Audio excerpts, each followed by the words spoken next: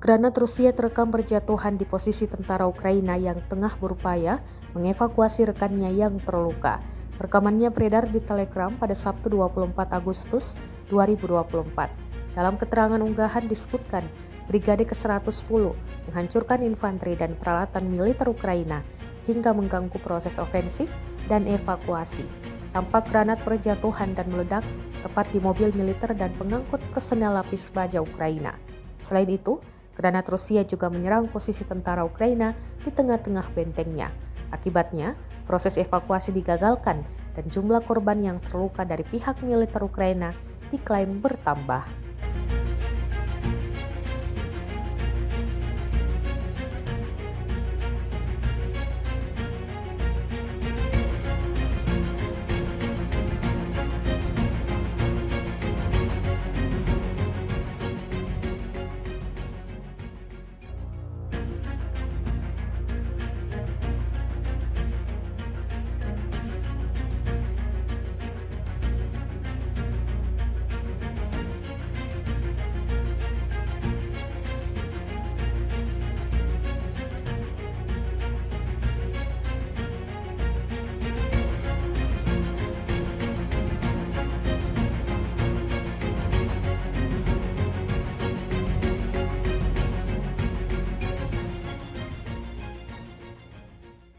Download Tribun X sekarang, menghadirkan lokal menjadi Indonesia.